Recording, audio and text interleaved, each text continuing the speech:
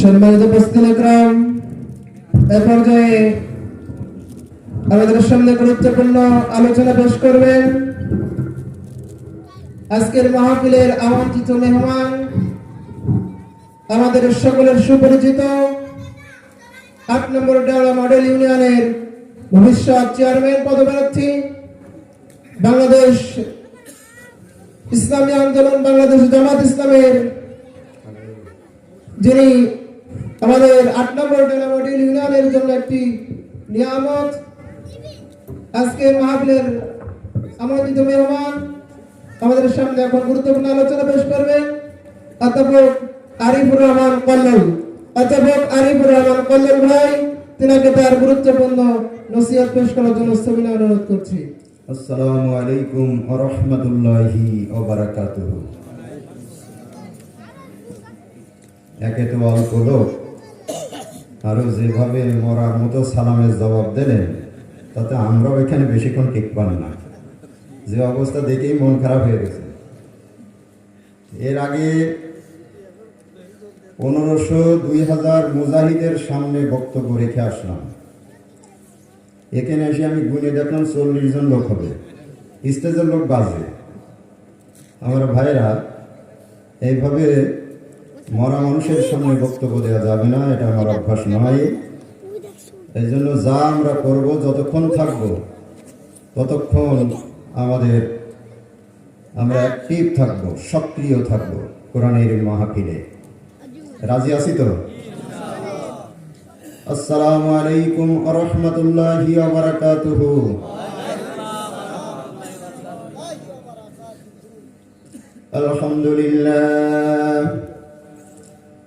আলহামদুলিল্লাহিল আকরাম الذي خلق الإنسان وكرم وعلمه من البيان ما لم يعلم وعلم التوحيد وأمر بالإسلام ربنا أفرج علينا صبرا وثبت أقدامنا وانصرنا على القوم الكافرين وقال تعالى لو أنزلنا هذا القرآن على جبل لرأيته خاشعا متصديا من خشية الله وقال النبي صلى الله عليه وسلم القرآن يشفعان لعبده وقال عليه الصلاة والسلام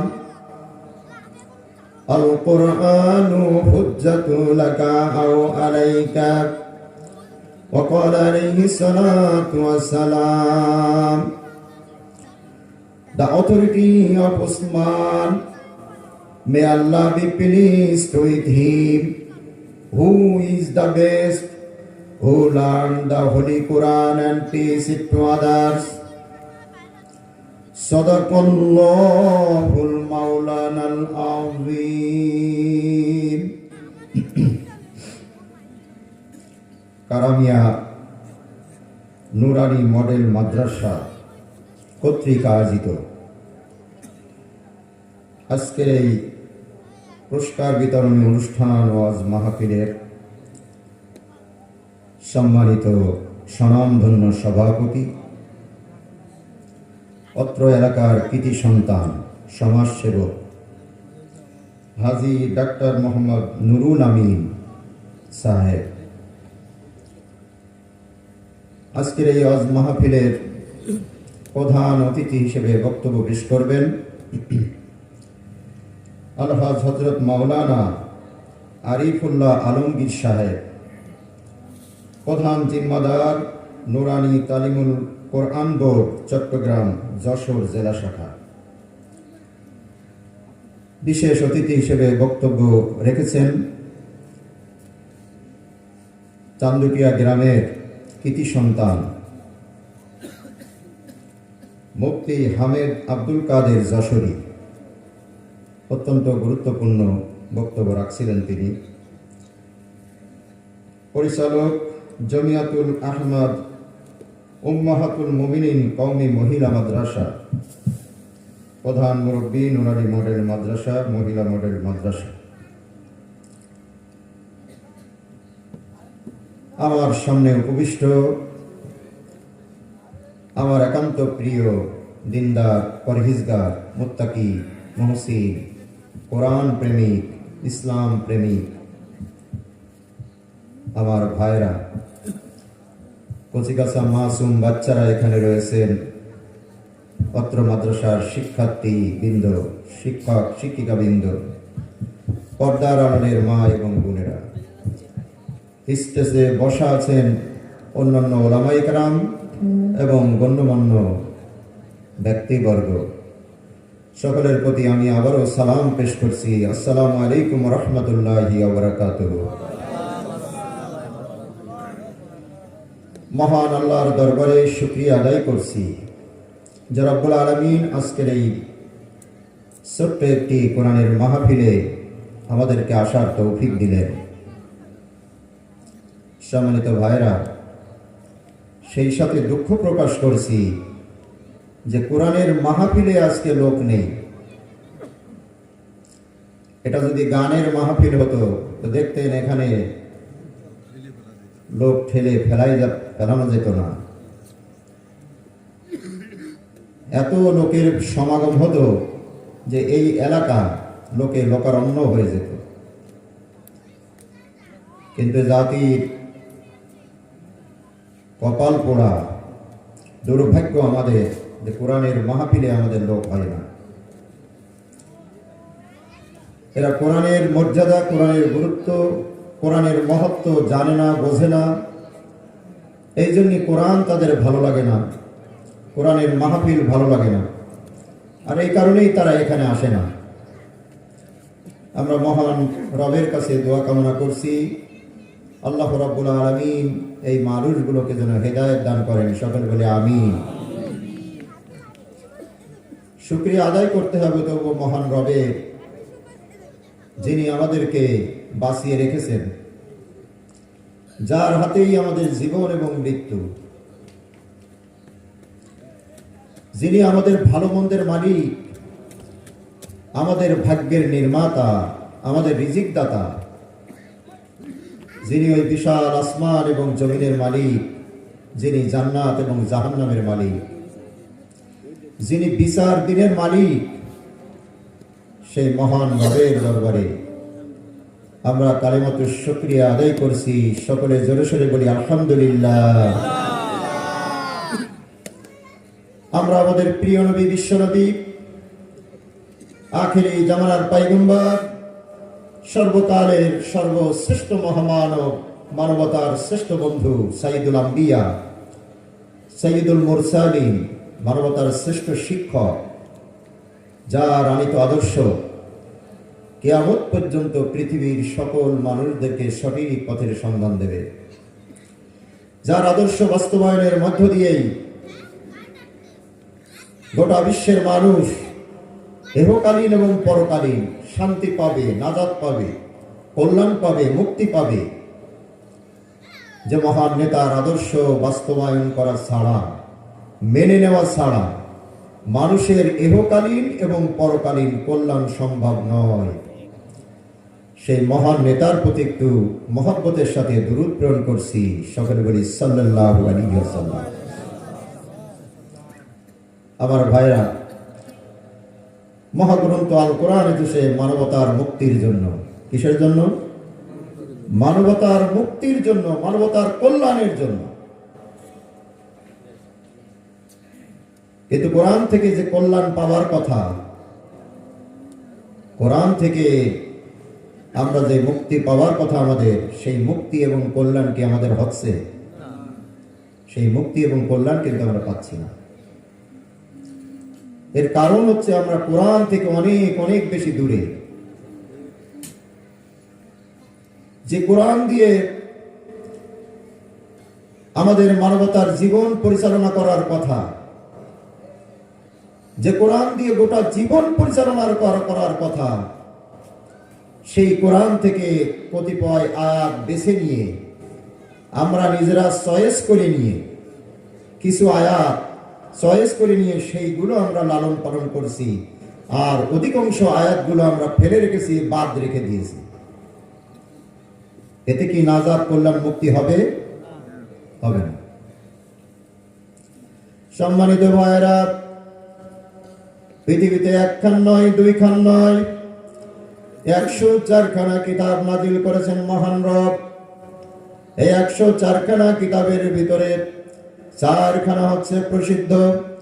ওই 4 খানার ভিতরে সর্বশ্রেষ্ঠ হচ্ছে মহাগ্রন্থ আল কোরআন। সুবহানাল্লাহ। 104 খানা কিতাবের ভিতরে শ্রেষ্ঠ হচ্ছে 4 খানা। সেই শ্রেষ্ঠ 4 খানা কিতাবের মধ্যে সর্বশ্রেষ্ঠ হচ্ছে আল কোরআন। এর গুরুত্বের মহত্ব, এর মর্যাদা আমাদের জানা নাই, আমরা এটা বুঝি না।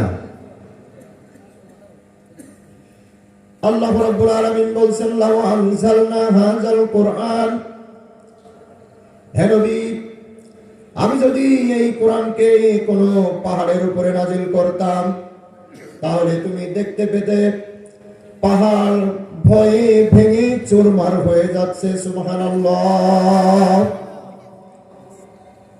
কি আশ্চর্য ব্যাপার! পাহাড়ের উপরে আল্লাহ এই কোরআন নাজিল করতে চেয়েছিলেন, কিন্তু পাহাড় কিন্তু রাজি হয়নি।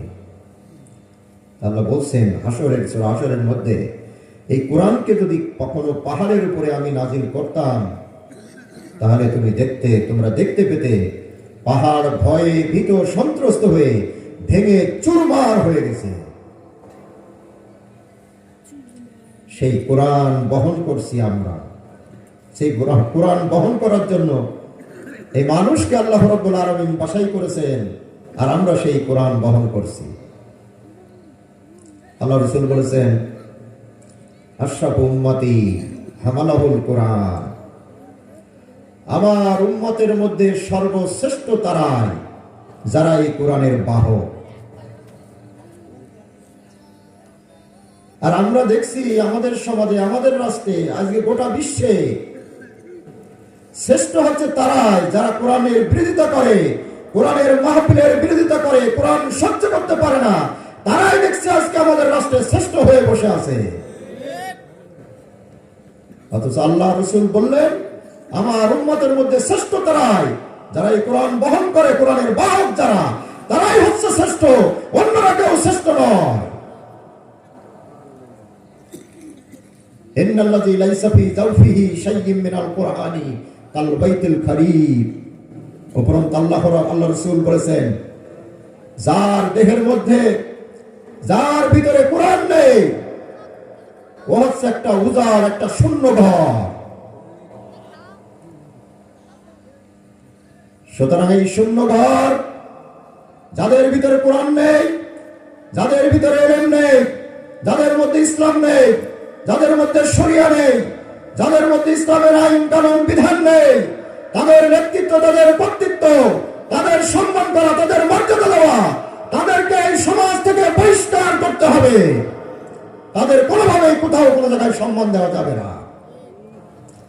কারণ তারা আল্লাহর কাছে সম্মানিত নয়, নবীর কাছে সম্মানিত নয়, ফেরেশতাদের কাছে সম্মানিত নয়, এই গোটা মাখলুকের কাছে তারা কেউই সম্মানিত নয়। সম্মানিত তারাই যারা কোরআন আলোক, কোরআনের বাহক, কোরআন প্রেমিক, কোরআনকে যারা মহব্বত করে, কোরআনকে যারা ভালোবাসে, কোরআনকে যারা পছন্দ করে, কোরআনকে যারা লালন করে, পালন করে, প্রতিষ্ঠা করে, এরাই হচ্ছে আল্লাহর কাছে আসমানে তারা সব থেকে বেশি সম্মানিত এবং মর্যাদাবান। সুতরাং আজকে যারা মর্যাদাবান সেজে বসে আছে, আমাদের রাষ্ট্রের বড় বড় আসনে যারা বসে আছে, তাদেরকে তাদের গলার টুটি ধরে নিচেই নামিয়ে ওই জায়গায়, ওই স্থানে কোরআনওয়ালা লোকদেরকে স্থাপন করতে হবে। সম্মানিত ভাইরা, কোরআন এই কারণে এসেছে। কোরআন এসেছে অন্যায়, জুলুম, নির্যাতন, বেহায়াপনা, যত প্রকার ইসলামিক কার্যকলাপ, যত কার্যকলাপ এগুলো নির্মূল করে সেখানে আল্লাহ এবং আল্লাহ রাব্বুল আলামিনের রাসূলের সুন্নাহ অনুযায়ী সেটা পরিচালনা করার জন্য কোরআন এসেছে। কোরআন এসেছে একটি সুষ্ঠু সুন্দর সমাজ গঠনের, একটি শান্তিপূর্ণ সমাজ গঠনের জন্য। কোরআন এসেছে মানবতার অধিকার প্রতিষ্ঠা করার জন্য। কোরআন এসেছে ন্যায় বিচার করার জন্য। কোরআন এসেছে ন্যায় এবং ইনসাফ ভিত্তিক সমাজ এবং রাষ্ট্র ব্যবস্থা কায়েম করার জন্য। সম্মানিত ভাইয়েরা, সেই কোরআন থেকে দূরে থাকার কারণে কোরআন থেকে যেটা আমরা অর্জন করতে চাই, পেতে চাই, সেটা থেকে আজকে আমরা অনেক বেশি দূরে চলে গেছি। সুপ্রিয় উপস্থিতি, সেই কারণে কোরআনকে আমাদের আঁকড়ে ধরতে হবে, কোরআনকে মহব্বত করতে হবে, কোরআনের বাহক হতে হবে, কোরআনের বাহক বানাতে হবে। আর এই প্রতিষ্ঠানটি এটা হচ্ছে কোরআনের বাহক তৈরির কারখানা। বাংলাদেশে যত এই ধরনের শিক্ষা প্রতিষ্ঠান আছে, সব শিক্ষা প্রতিষ্ঠান হচ্ছে কোরআনের বাহক তৈরির কারখানা। এই কারখানা যদি আমরা আমাদের সন্তানদেরকে না দিই, তাহলে কোরআনের বাহক তৈরি হবে না। আর কোরআনের বাহক যত এই সমাজ থেকে কমে যাবে, এই সমাজে তত অন্যায়, জুলুম, নির্যাতন, ধর্ষণ, খুন, ছিনতাই, চাঁদাবাজি বেড়ে যাবে, এতে কোনো সন্দেহ নেই। আর হচ্ছেও তাই। আপনি দেখবেন কোন মাদ্রাসার ছেলে, কোন হাফেজ, কোন আলেম খুনি নয়, ডাকাত নয়, ছিনতাইকারী নয়, চাঁদাবাজ নয়। এরা হচ্ছে কলেজ এবং বিশ্ববিদ্যালয়ের ছেলে যারা আছে, এই কাজগুলো তারা করে। কারণ তাদের অন্তরে, তাদের মনে, তাদের দেহের ভিতরে কোরআনের কোনো জ্ঞান নেই, কোরআনের কোনো অক্ষর নেই। সম্মানিত ভাইরা, এই জন্য আমাদের সন্তানদেরকে যদি সুশিক্ষায় শিক্ষিত করতে চাই, তাহলে অবশ্যই আমাদের ছেলে মেয়েদেরকে এই ধরনের শিক্ষা প্রতিষ্ঠানে ভর্তি করিয়ে তাদের উজ্জ্বল ভবিষ্যৎ আমাদের গড়তে হবে। তাহলে আমাদের পরিবার, আমাদের সমাজ, আমাদের রাষ্ট্র, সব জায়গায় আমরা শান্তির সাথে বসবাস করতে পারবো। আমাদের জান, মাল এবং ইজ্জত রক্ষিত হবে, এটা আর লুণ্ঠিত হবে না, এটা হারানোর আমাদের কোনো ভয় থাকবে না। আমরা আমাদের মান সম্মান ইজ্জত নিয়ে আমরা বেঁচে থাকতে পারবো, আমরা আমাদের ঈমান নিয়ে কবরে যেতে পারবো, আমরা আল্লাহর প্রিয় বান্দা হিসেবে আল্লাহর কাছে পরিগণিত হতে পারবো। সম্মানিত ভাইয়েরা, এই জন্য কোরআন যে কারণে এসেছে, সেই কারণেই আমাদেরকে এই কোরআনের সাথে থাকতে হবে, কোরআনকে মহব্বত করতে হবে। কোরআন যাতে আমাদের সমাজে চালু থাকে, জারি থাকে, কোরআনের সমাজ যাতে আমরা বিনির্মাণ করতে পারি, কোরআন দিয়ে যেন রাষ্ট্র প্রতিষ্ঠা করতে পারি, কোরআন দিয়ে পরিবার, সমাজ, ব্যক্তি, শিক্ষা প্রতিষ্ঠান সব যেন আমরা আমাদের এই কোরআন দিয়ে পরিচালনা করতে পারি, এই জন্য আমাদের চেষ্টা চালাতে হবে। সুপ্রিয় উপস্থিতি, এই কোরআনে কারিমের কথা বলা হয়েছে, ওয়াইজা তুলিয়াত আলাইহিম আয়াতুহু যাদাতহুম ঈমানাও ওয়া আলা রাব্বিহিম ইয়াতাওয়াক্কালুন। আল্লাহ রাব্বুল আলামিন বলেন, যখন তাদের সামনে কোরআন তেলাওয়াত করা হয়, কোরআনের আলোচনা করা হয়, কোরআনের দার্স দেওয়া হয়, কোরআনের মাহফিল করা হয়, তখন তাদের ঈমান বৃদ্ধি পায়। সুবহানাল্লাহ।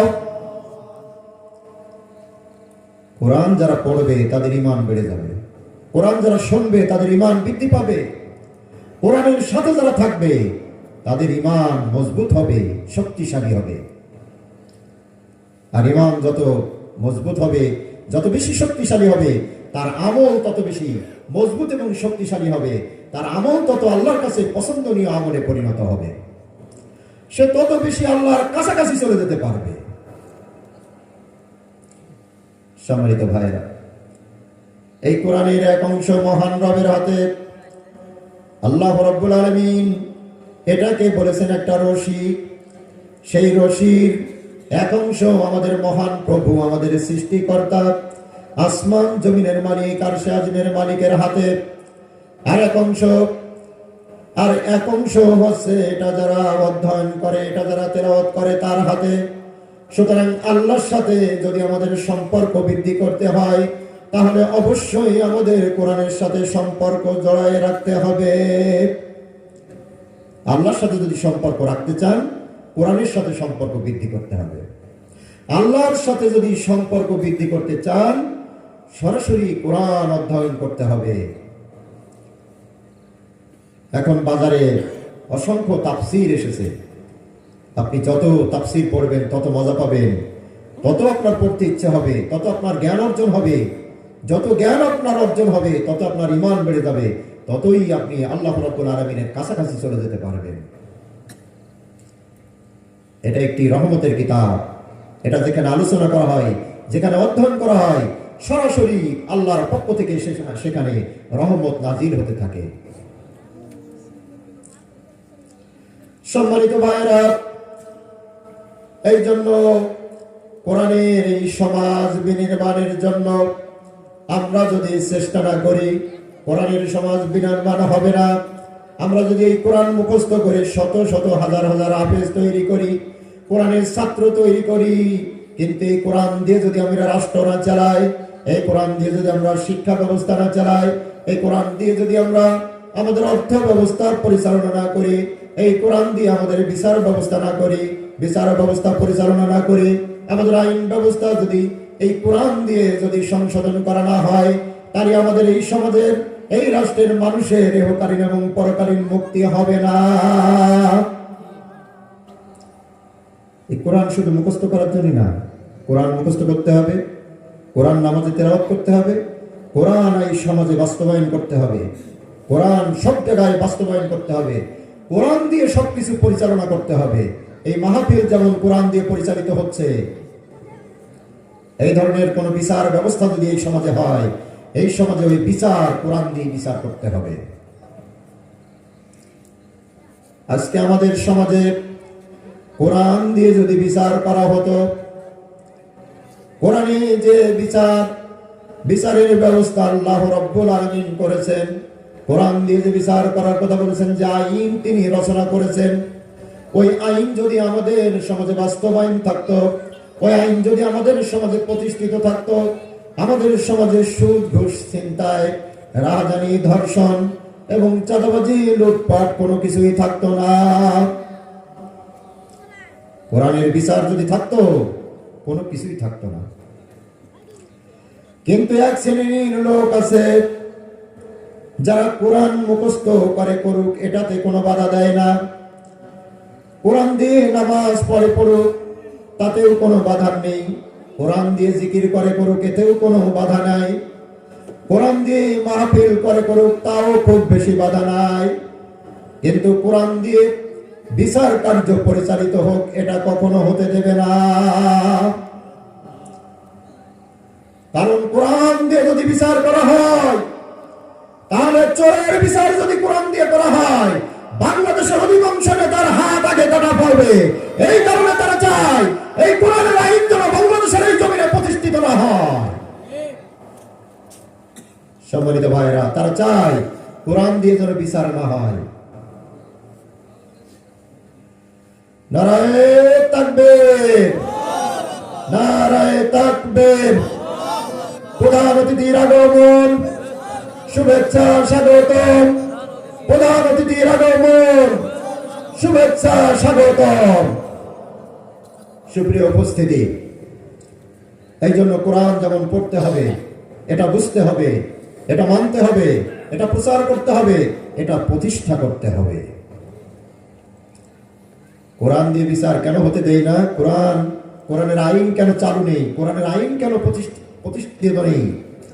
তার একটাই মাত্র কারণ, কায়েমি স্বার্থবাদী গোষ্ঠী তারা কোরআন মুখস্থ করে করুক, হেফজখানা যত পারো বানাও, তাতে কোনো তাদের সমস্যা নেই। কোরআন যত তেলাওয়াত করো কোনো সমস্যা নেই। কিন্তু কোরআন দিয়ে তোমরা বিচার করতে পারবে না, কোরআন দিয়ে রাষ্ট্র চালাতে পারবে না, কোরআন দিয়ে ইউনিয়ন পরিষদ চালাতে পারবে না, কোরআন দিয়ে জেলা পরিষদ চালাতে পারবে না, কোরআন দিয়ে এই সমাজ পরিচালিত করতে পারবে না। কোরআন মুখস্থ করো তাতে কোনো সমস্যা নেই, কারণ কোরআন দিয়ে যদি সমাজ, রাষ্ট্র, পরিবার এগুলো পরিচালনা করা হয়, দুর্নীতি করতে পারবে না, চুরি করতে পারবে না, ডাকাতি করতে পারবে না, ছিনতাই করতে পারবে না, টেন্ডারবাজি করতে পারবে না, ধর্ষণ করতে পারবে না, সুদ খেতে পারবে না, ঘুষ খেতে পারবে না। এই কারণে এক শ্রেণীর কায়েমি স্বার্থবাদী গোষ্ঠী আছে, তারা কোরআন দিয়ে রাষ্ট্র পরিচালিত হোক এটা কখনো চাবে না এবং তারা হতে দেবে না। আমার ভাইরা, আর আমরা চাই এই কোরআন আমরা একদিকে মুখস্থ করব, এই কোরআন আমরা বুঝবো, এই কোরআন আমরা মানব, এই কোরআন আমরা প্রতিষ্ঠা করব, এই কোরআন দিয়ে আমাদের সমাজ, আমাদের রাষ্ট্র, আমাদের শিক্ষা প্রতিষ্ঠান, আমাদের অর্থ ব্যবস্থা, আমাদের সমাজ ব্যবস্থা, আমাদের আইন ব্যবস্থা সবকিছু আমরা পরিচালনা করতে চাই। রাজি আছেন কিনা আমার ভাইরা? এই জন্য আমাদের সময় দেওয়া প্রয়োজন, আমাদের অর্থ দেওয়া প্রয়োজন, আমাদের ত্যাগ এবং কোরবানির প্রয়োজন, আমাদের রক্ত দেওয়া প্রয়োজন, প্রয়োজনে আমাদের জীবন দিতে হতে পারে। এই জন্য আমরা প্রস্তুত থাকবো ইনশাআল্লাহ। আজকের এই মাহফিল থেকে আমরা সেই শিক্ষা গ্রহণ করি। কোরআনের শাসন আমরা চাই, সৎ লোকের শাসন চাই, আল্লাহর আইন চাই। আল্লাহর আইনের মধ্যে মানুষের কল্যাণ, আল্লাহর আইনের মধ্যে মানুষের নাজাত রয়েছে, আল্লাহর আইনের মধ্যে মানুষের ইহকালীন এবং পরকালীন মুক্তি নিহিত রয়েছে। সেই কোরআনের আইন বাদ দিয়ে যদি আমরা দেশের শান্তি খুঁজি, মানবতার কল্যাণ খুঁজি, মুক্তি খুঁজি, তাহলে সেটা কোনোভাবেই সম্ভব নয়। সুতরাং সেই কোরআনকে আমাদের আঁকড়ে ধরে কোরআনের আইন দিয়ে, কোরআনের বিধান দিয়ে আমরা আমাদের এই দেশটাকে সুন্দরভাবে সাজাতে চাই, আমাদের এই দেশটাকে গড়তে চাই, আমাদের জীবনটাকে আমরা ইহকালীন পরকালীন মুক্তির জন্য আমরা সুন্দরভাবে এটাকে করতে চাই। আল্লাহ আমাদের সবাইকে তৌফিক দান করুন, আমিন। ওমা আলাইনা ইল্লাল বালাগ। আসসালামু আলাইকুম ওয়া রাহমাতুল্লাহি ওয়া বারাকাতুহু।